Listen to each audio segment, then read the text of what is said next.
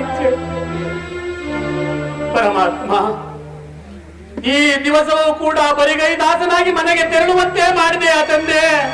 ಅಯ್ಯೋ ವಿಧಿಯೇ, ಭಿಕ್ಷೆಯನ್ನಾದರೂ ಬೇಡಿ ಬಂದ ಹಣದಿಂದ ಏನಾದರೂ ತಿಂಡಿ ತಿನಿಸುಗಳನ್ನು ತೆಗೆದುಕೊಂಡು ತಿರುತ್ತೇನೆ. ಪರಮಾತ್ಮ,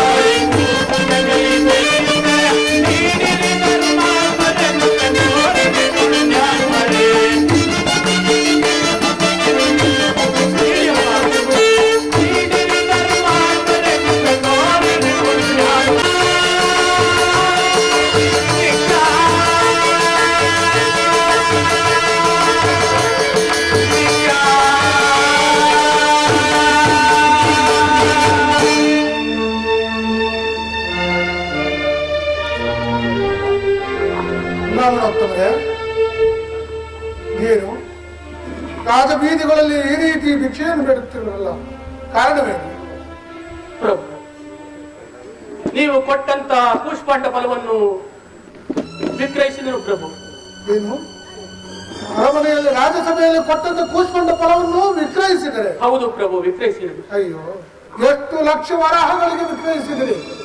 ಅಯ್ಯೋ, ಲಕ್ಷ ವರಗಳೇ, ಕೇವಲ 5 ಹಣಕ್ಕಾಗಿ ವಿಕ್ರಯಿಸಿದರು ಪ್ರಭು. ಏನು? ಕೇವಲ 5 ಹಣಕ್ಕಾಗಿ ಆ ಕೂಷ್ಮಾಂಡ ಫಲವನ್ನು ವಿಕ್ರಯಿಸಿದರ? ಹೌದು ಪ್ರಭು. ಇದು ನಿಮ್ಮ ತಪ್ಪಲ್ಲ, ಗೋಪ್ಯವಾಗಿ ಕೊಟ್ಟಿದ್ದು ನಮ್ಮ ತಪ್ಪು. ನನ್ನ ಸಂಗಡ ಬನ್ನಿ, ಅರಮನೆಗೆ ಹೋಗೋಣ. ತಮ್ಮ ಇಷ್ಟದಂತೆ ಆಗಲಿ, ಬನ್ನಿ ಪ್ರಭು. ವಂದನೆಗಳು. ಅಮಾತ್ಯರೇ, ಇಷ್ಟು ತ್ವರಿತವಾಗಿ ನೀವು ಅಂತಃಪುರಕ್ಕೆ ಆಗಮಿಸಲು ಕಾರಣವೇನು? ವರ್ತಮಾನವೇನು? ಮಹಾಪ್ರಭು, ನಾನು ಅರಮನೆಯ ಮುಂಭಾಗದ ಬೀದಿಯಲ್ಲಿ ಸಂಚರಿಸುತ್ತಿದ್ದಾಗ ಇವರು ಮತ್ತೆ ಪುನಃ ಭಿಕ್ಷೆಯನ್ನು ಮಾಡುತ್ತಿದ್ದರು. ವಿಪ್ರೋತ್ತಮರೇ, ಪ್ರಭು, ಹೀಗೆ ದಯಮಾಡಿಸಿ. ನೀವು ಪುನಃ ಭಿಕ್ಷೆಯನ್ನು ಬೇಡಲು ಕಾರಣವೇನು? ಏನಾಯಿತು? ನಡೆದ ವಿಚಾರವನ್ನು ನೀವು ಕೊಟ್ಟಂತ ಕೂಷ್ಮಾಂಡ ಫಲವನ್ನು ವಿಕ್ರಯಿಸಿದರು ಪ್ರಭು. ನಾನು ಕೊಟ್ಟಂತಹ ಕೂಷ್ಮಾಂಡ ಫಲವನ್ನು ವಿಕ್ರಯಿಸಿ ಬಿಟ್ಟಿರಾ? ಹೌದು ಪ್ರಭು. ಎಷ್ಟು ಲಕ್ಷ ವರಹಗಳಿಗೆ ವಿಕ್ರಯಿಸಿದಿರಿ ಪೂಜ್ಯರೇ? ಕೇವಲ 5 ಹಣಕ್ಕಾಗಿ ವಿಕ್ರಯಿಸಿದರು ಪ್ರಭು. ಕಾರಣ? ಅಮಾತ್ಯರೇ, ಮಹಾಪ್ರಭು, ಗೋಪ್ಯವಾಗಿ ದಾನವನ್ನು ಕೊಟ್ಟಿದ್ದು ನಮ್ಮ ಅಪರಾಧ. ಹೌದು. ನೀವೀಗಲೇ ಹೋಗಿ ಕೋಶಾಧ್ಯಕ್ಷನಿಗೆ ತಿಳಿಸಿ 1,000 ಸುವರ್ಣ ನಾಣ್ಯವನ್ನು ತೆಗೆದುಕೊಂಡು ಬನ್ನಿ. ಆಗಬಹುದು ಮಹಾಪ್ರಭು. ಹೇಗೆ ಬನ್ನಿ ಪೂಜ್ಯರೇ? ಮಹಾಪ್ರಭು, ನವರತ್ನಗಳನ್ನು ತುಂಬಿಸಿ ನಿಮಗೆ ಕೂಷ್ಮಾಂಡ ಫಲದಾನವನ್ನು ಸಂತೋಷವಾಗಿರಲೆಂಬ ಅಪೇಕ್ಷೆಯಿಂದ ದಾನವಾಗಿ ಕೊಟ್ಟಿದ್ದೇವೆ ಎಂದು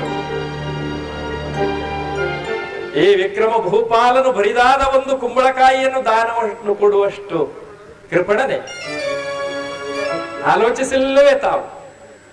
ಕೈ ಬಿಟ್ಟಿದ್ದು ಕೃಷ್ಣಾರ್ಪಣ ಆಗಲಿ. ನಾವು ಕೊಟ್ಟಂತಹ ಆ ಸಂಪತ್ತು ನಿಮ್ಮ ಕೈ ಸೇರಲಿಲ್ಲ. ಹೌದು ಪ್ರಭು. ಇದಕ್ಕೆ ಕಾರಣವೇನು? ಏಕೆ ಹೇಗಾಯಿತು?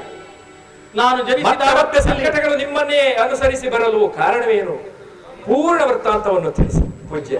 ಪ್ರಭು, ಮಹಾಪ್ರಭು, ನಾನು ಜನಿಸಿದ ಆರೋಗ್ಯದಲ್ಲಿ ನಮ್ಮ ತಂದೆಯವರು ಬರೆಸಿಟ್ಟ ಜನ್ಮ ಜಾತಕದ ರೀತ್ಯ ಆ ಸಪ್ತಮ ಗ್ರಹನಾದ ಶನೇಶ್ವರನ ದೋಷವಿರುವುದು ಪ್ರಭು. ಅದರಲ್ಲಿ 4 ವರ್ಷಗಳು ಕಳೆದಿರುವುದು, ಇನ್ನು 3.5 ವರ್ಷಗಳು ಉಳಿದಿರುವುದು. ಇಷ್ಟರಲ್ಲಿ ನೀವು ಏನೇ ದಾನವನ್ನು ನೀಡಿದರೂ ಅದು ನನ್ನ ಕೈ ಸೇರುವುದಿಲ್ಲ ಪ್ರಭು. ಏನು ಹೇಳಿದಿರಿ? ಹಲೋ ಗ್ರಹಚಾರಗಳ ದೋಷವೇ? ಹೌದು ಪ್ರಭು. 4 ವರ್ಷಗಳು ಕಳೆದಿದೆ, ಇನ್ನು 3.5 ವರ್ಷಗಳು ಇಂತಹ ಬಡತನದ ಪರಿಸ್ಥಿತಿಯನ್ನು ನೀನು ಅನುಭವಿಸಲೇಬೇಕೆ ಪೂಜ್ಯರೇ? ಹೌದು ಪ್ರಭು, ನಾನೇ ಅನುಭವಿಸಬೇಕು.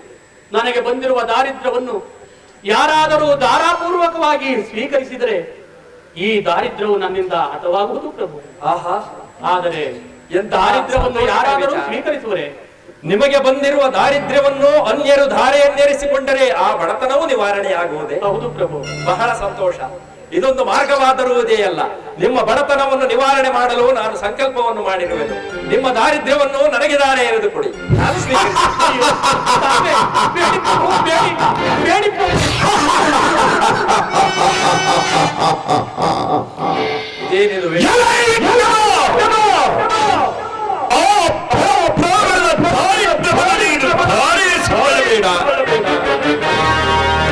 ಶರೀರವನ್ನು ತೋರಿಸದೆ ಮನೆಯಲ್ಲಿ ನಿಂತು ಮಾತನಾಡುತ್ತಿರುವ ನೀನು ಯಾರು?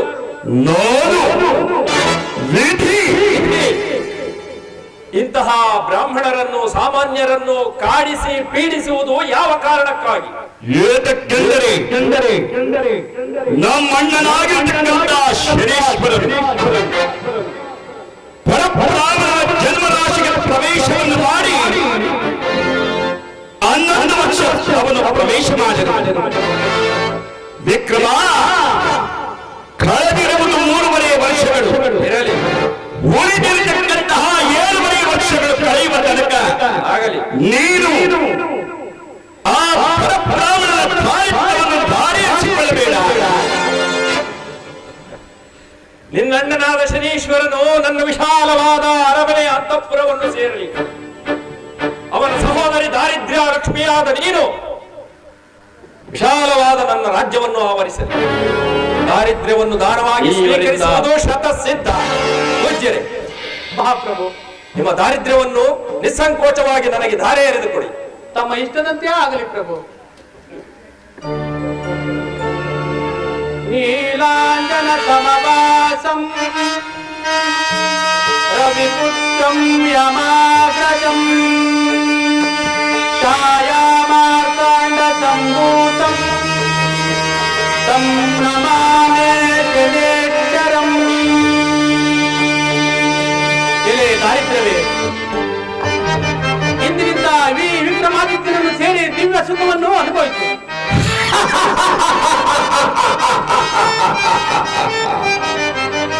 ಏನು? ಚಿಂತಿಸುವುದಿಲ್ಲ.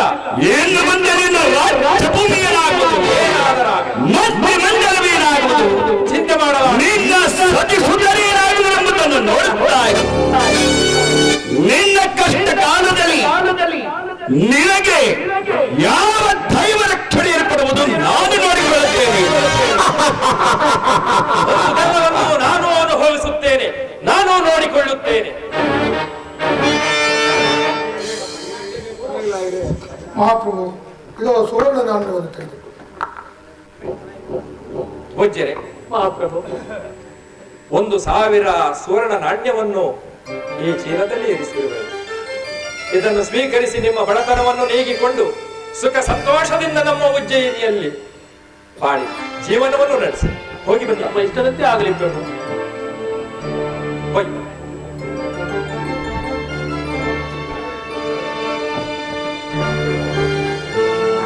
ಅಮಾತ್ಯರೇ, ಮಹಾಪ್ರಭು, ಆ ಬ್ರಾಹ್ಮಣರಿಂದ ದಾರಿದ್ರ್ಯವನ್ನು ದಾನವಾಗಿ ಸ್ವೀಕಾರ ಮಾಡಿದ ಮೇಲೆ ನನ್ನ ಚಿತ್ತದಲ್ಲಿ ಚಂಚಲತೆಯು ಉಂಟಾಗುತ್ತಿರುವುದು. ಏನೋ ಒಂದು ರೀತಿಯ ಮೌಢ್ಯವು ಆವರಿಸಿದಂತೆ ಭಾಸವಾಗುತ್ತಿರುವುದು. ಇದಕ್ಕೆ ಕಾರಣವೇನು? ನವಗ್ರಹಗಳು ಅಷ್ಟು ಪ್ರಬಲರೇ? ಇರಬಹುದು ಮಹಾಪ್ರಭು. ಆ ನವಗ್ರಹಗಳ ಮಹಿಮೆಯನ್ನು ಕೇಳಬೇಕೆಂಬ ಹಂಬಲವು ಅಧಿಕವಾಗುತ್ತಿರುವುದು. ಆದುದರಿಂದ ನಮ್ಮ ರಾಜಗುರುಗಳಿಗೆ ತಿಳಿಸಿ ಆ ನವಗ್ರಹಗಳ ಪೂಜೆಯನ್ನು ಏರ್ಪಡಿಸಿ ಆ ನವಗ್ರಹಗಳ ಮಹಿಮೆಯನ್ನು ನನಗೆ ಸಾಂಗವಾಗಿ ತಿಳಿಸುವಂತೆ ಅರಮನೆಯ ಪಂಡಿತರುಗಳಿಗೆ ನೀವು ವ್ಯವಸ್ಥೆ ಮಾಡಿ. ಆಗಬಹುದು ಮಹಾಪ್ರಭು.